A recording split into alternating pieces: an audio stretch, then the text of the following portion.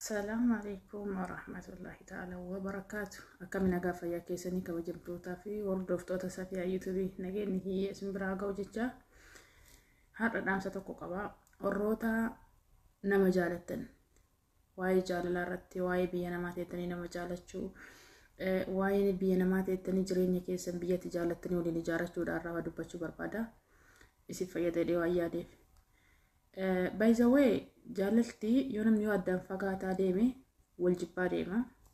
Sorry garuu mataa irraallee feestaalii qaba maadhaaf hinnaa dibadhee warroon hinnaan dibanillee hinnaa dibadha hinnaa rifeensa keessaniif bareedaadha asumaanu. Warroonni biyya namaa irraa nama tokko jaalattanii biyya teettanii biyyatti jaalattanii biraa dhuftanii asitti dalagachuutti jirtan. Warroonni kaayoo jaalalaaf by the way jaalala kana hiika jaalala baradha warroonni gara jaalala seentanii hinnaan harkiyyaan irratti bayeera no problem. Kanaaf warroota akkasii irraa dubbachuu barbaada.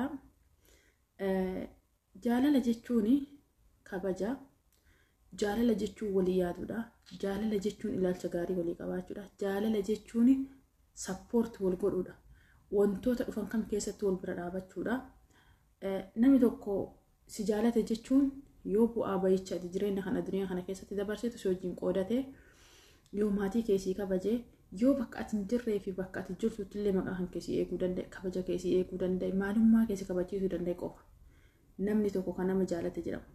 Namni tokko gaafa si jaalatu maallaqa sin gaafatu, gaafa si jaalatu seenaa kan kee ati duraan dabarsite sin gaafatu. Namni si jaalate tokko namni kaayoodhaaf si jaalatu, namni ilaalcha boruu hegeree isaatiif si jaalatu wannoon ati dabarsite seenaa ati dabarsite maalummaa ati dabarsisan sin gaafatu.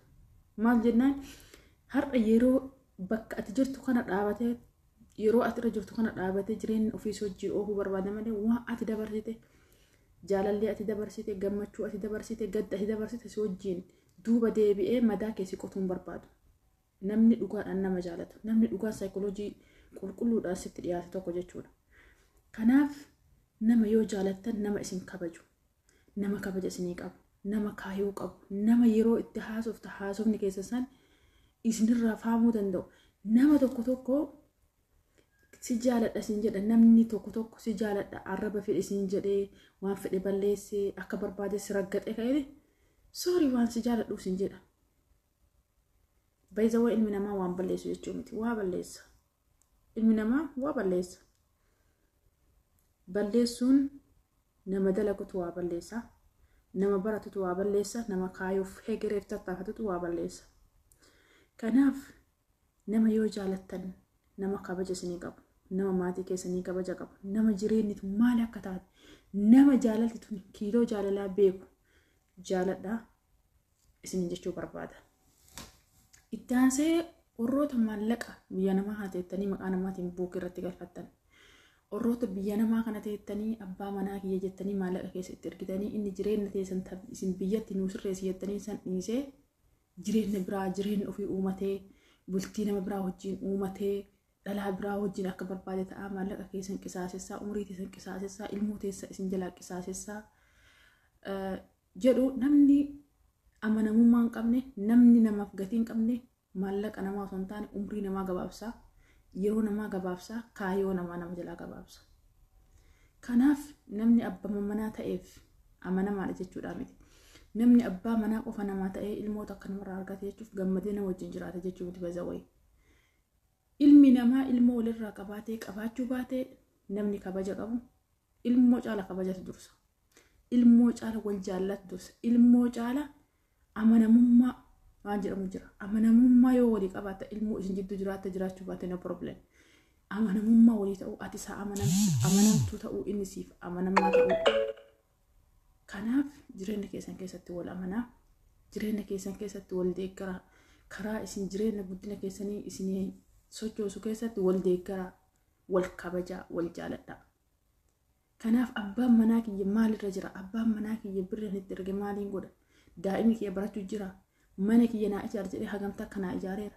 Abbaan manaa kiyya kun ilaalcha akkamii naa qaba jedhiiti kompeer godhe jedhistee birrii ji'aan, ji'a lamaan, ji'a sadiin yoo inni birriitii ergisiin jedhee yoo harkaa hin qabaatin namarraa fuutee itti ergitee akka inni sagaagalu akka inni deeme ittiin haraama dalagu hin godhini yeroo waliin waa dalaguuf karoora baafattan karoora kan kee kaayuu kan kee keessattuu dhalaan biyya namaa jirtan kun wallaahi parsentii 50 dhiira of hin gatinaa. Parsentii 50 gahee keessan keessa baadhati gahee isaa kennaafi. Bayzawee warroonni ji'a lamaan ji'a sadiin birrii fuutanii dhiira ergitan. Warroonni jireenya laayivii keessan dhiiftanii laayivii nama biraatiif jiraattan heegiree keessa isintu miidhama. Isinii galee borgaaf asii gabbuutanii abbaan manaa keessan ka isin bakka gaarii kennitanii fi waan gaarii naa dalagaara ilma kiyya naa barsiisuu jira mana naa ijaaruu jiraati jettu gaafati galti yoo wanta sanirra hin jiraatin namni maraasa tokko faasii. Namni qalbii dhabusii kana waan ta'eef namallee yoo jaalattan kiiloo itti jaalattan likkii itti jaalattan maallaqa keessanillee yeroo ergitan akkaataa itti ergitanii waan irratti ergitan sababa irratti ergitanii baradhaa isin jechuu barbaada. Warroonni ilmoo teessan qabdan ilmoo teessan barsiisaa.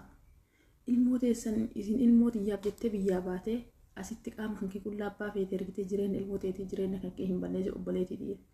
Fedhiin daqiiqaa 5 wallaahi simmeetiin daqiiqaa 5 booda sirraa dhaabata.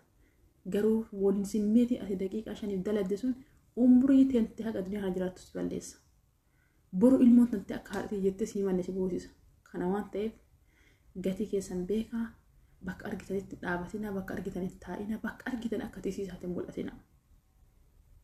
Kuni dhaamsa kiyya. Namni si jaaladha jedheef qullaa qaama keetii namni si jaaladha jedheef maallaqa kan kee namni si jaaladha jedheef sitirii tante ofirraa mul'iteetti hin argine. Namni nama jaalatu hin jiru. Namni zabana kanaa jaalala caala maallaqa dursa. Ilmoo caala maallaqa dursa.